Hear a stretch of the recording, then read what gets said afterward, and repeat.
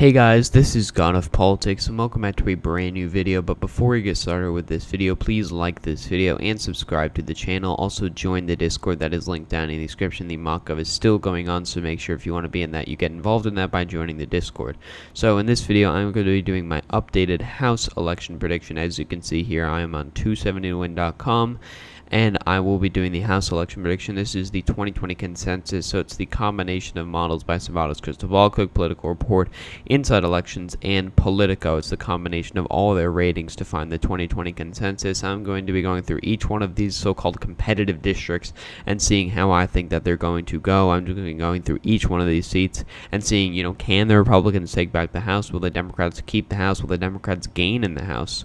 So if you look at the map right now, I believe Democrats have 232 seats in the House of Representatives right now. You have Mike Garcia, the newest congressman, or the newest flip for the Republicans that has made them get to 203 Republicans, I believe. But I'm going to be going through these seats and seeing who I think is going to win. So first, I do believe TJ Cox is going to win by a lean margin. If you look at the fundraising, it is good for the Republicans. TJ Cox is only a little bit ahead, but it is a district that Clinton won by almost 16 percentage points. So I do believe TJ Cox will be able to win. Mike Garcia, I actually do believe, will be able to win by a tilt margin. If you look at Mike Garcia's district, it is a district that is trending towards the Democratic column, a lot of suburban influence. But Mike Garcia does have the incumbency advantage, and that can account a lot for part of the turnout increase that you might see amongst Latino and young voters that was very low for this special election. So I do believe that he will very narrowly keep his seat. Going down here, I do believe Jill Cisneros will keep his seat. Harley Rowder will keep his seat. Ross Spano will keep his seat. Damian McCarcel-Powell will keep her seat. Lucy McBeth, I do believe, will also keep her seat by a lean margin. If you look at this district, it's a district that's trending towards the Democrats in a suburban Atlanta area, and Trump only won it by 1.5 percentage points. And, she's doing very well in fundraising. She's got a lot of fundraising, the most of any district in Georgia. She could even win by a likely margin at some point, because this is a district that will, I think, easily go to Biden, and I think she'll be able to win with it. And another flip for the Democrats, actually by a tilt margin, I do believe, is Georgia's 7th district. You have Rob Woodall, who won by, a couple hundred votes in 2018 by 0.1 percentage points, and Trump won this district by 6.3% in 2016, and again, it's in suburban Georgia. It's an open seat, which means fundraising and name recognition means more, and the Democratic candidate, Carolyn Bourdais, the same candidate as 2018, who barely lost, is doing well on both fronts with fundraising and name recognition against the Republican candidate, Rich McCormick. As for the three Iowa seats, the three competitive Iowa seats, I do believe actually the Democrats are going to be able to win all of them. I do believe Iowa's first will be a tilt, Iowa's second will be a lean, and Iowa's third will be a lean. If you look at Iowa's, first district, it went by 3.5 to Donald Trump, 4.1% for the second, and 3.5% for the third. These are districts that all went to Obama quite easily. The state trended like 15 points Republican almost or something in 2016 as opposed to 2012. And, Biden, I do think, is going to be able to win this district, at least some of these districts, because I do expect the state to trend a little bit back towards the Democratic column, but not to go entirely towards the Democrats. The Democrats are also doing very well in fundraising, and in Iowa's second, they are doing the best in fundraising, and that is the open seat, so it actually means the most. So this is a set of seats in which it is going to be close, but I do believe Democrats do have the ability to win in these seats. Illinois' 13th district in suburban Chicago, I believe, is going to still go Republican by a lean margin. Lauren Underwood, I do believe, will keep her seat as well there. Going down to Maine's 2nd district here, I do believe that Maine's 2nd district will flip by a tilt margin. Jerry Golden barely won because of ranked choice voting in a blue wave year. And while he's doing well in fundraising against the Republican candidate, I do believe that Trump will win the district by less than what he won in 2016. But I do believe that will help the Republican candidate going against Jerry Golden to be able to win the seat as well.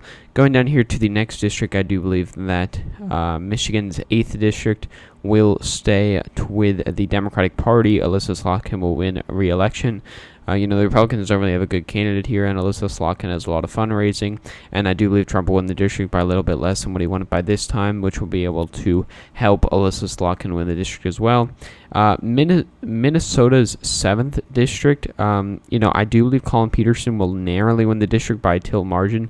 This is going to be a razor-thin district. Peterson only won by 4 in a year that the Republican candidate virtually had no fundraising, and it was a blue wave year, and this district has been trending red for a very long time. As you can see, Donald Trump won this district by 31 points. When Peterson first won, it was not a Republican district compared to what it is now. But, he did vote against impeachment, and he is a legacy Democrat, so that could help him, and I do believe that he will narrowly win because of that. But I do expect him to retire, maybe the next election, something like that, especially if Biden wins. Most of these seats, the ratings here are good. I do believe Chris Pappas will also keep his seat. Don Bacon will also keep his seat. Andy Kim, I also do believe, will keep his seat. The Republicans really don't have a good candidate here, and Andy Kim is doing very well in fundraising in a district that will most likely get closer at the presidential level, but be better. That will be better for Andy Kim at the congressional level. Chotel Torres Small, I do believe that district will flip by a tilt margin, actually. This is another one of the seats where Democrats are doing exceptionally well in every aspect, fundraising, candidate, etc. But they'll probably lose just because it's such a Republican district. Torres Small barely won in 2018. But it's a district that went to Donald Trump by 10 points, and you have a rematch of last time. So I think Yvette Harrell on the Republican side will end up winning this district by a tilt margin. Peter King, this could actually be quite a close district. It is a suburban district that has been trending. Peter King is retiring, and, right now I'll put that at a lean margin, but that could change.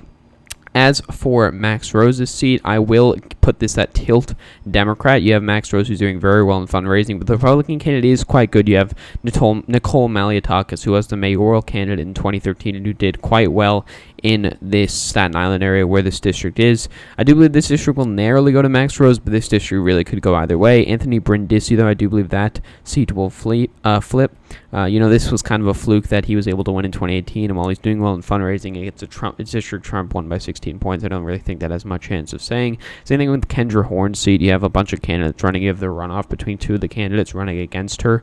Kendra Horn, this is a district that Trump won by 13 percentage points, and she only won by 1.3. I do believe that was kind of a fluke as well, and I do believe that she will end up losing. I also believe Scott Perry will retain his seat, probably by a lean margin, maybe even a likely margin. Joe Cunningham in South Carolina's first district, he's doing very well in fundraising, but again, it's a district Trump won by a lot, and he narrowly won it, so I do believe he's going to lose to Nancy Mace by a lean margin here. If we go down to these three Texas districts here, I do believe the Texas's 22nd district will go by a lean margin to the Republican candidate. This would have been a good pickup opportunity for Democrats to get a pickup in a district that is trending towards the Republican column. But they are not doing very well in fundraising. The Republican candidate is a good candidate. As for the 23rd district, you have Will Hurd here, who is retiring. And he barely won in 2018, and it is a district that is trending towards the Democratic column as well in the southern Texas and, outside of El Paso kind of area. And the Democrats are doing very well in pretty much all aspects here. So I do believe that seat will flip as well, be a flip, but it's an open seat. As for the 24th district, I do believe this will be tilt Republican as of now. The Democrats do have a good candidate here. You have Air Force veteran from Iraq, Kim Olson, but the Republican candidate is also quite good. You have Beth Van Duyn, who is the mayor of a city in the district. Kim Olson is doing very well in the fundraising of this district, but that could very well go to Biden in 2020. This is the district that Donald Trump won by 6.2 percentage points. This time, Donald Trump may not even win it at all. This will be a razor-thin margin, but as of now, I will narrowly give it to the Republican column here.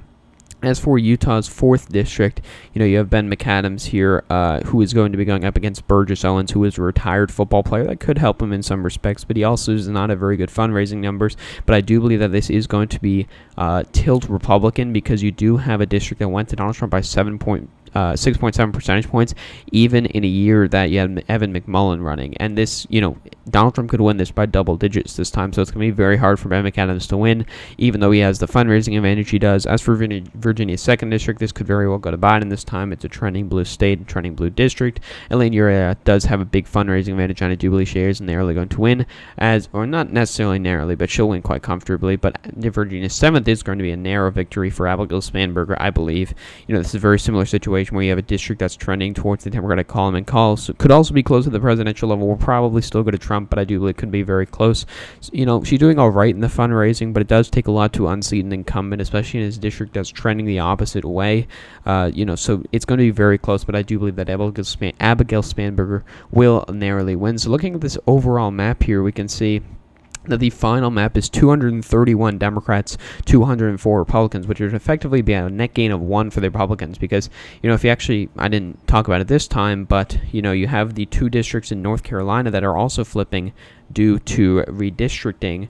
And that is 2 gains for the Democrats. I also believe they're going to gain Texas's 23rd, and I also believe they're going to gain Georgia's 7th district. And, Republicans have many opportunities to gain. They'll gain Maine 2nd, I do believe. They'll gain New Mexico 2nd, I do believe. They'll gain some other districts, I do believe.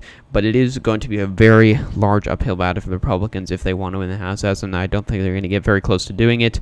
There's going to be 10 districts in the tilt margin, 5 for Democrats, 5 for Republicans. If Republicans can, get their act together, do better in fundraising, do better with candidates, things like that, they can get closer. But as of now, I am giving the Democrats a big upper hand in terms of winning the House. So thank you all for watching this video. Please like this video and subscribe to the channel. Also join the Discord if you would like to be involved in the mock-up, or if you just want to chat, talk about politics, things like that. So again, guys, thank you all for watching this video, and I will see you guys later.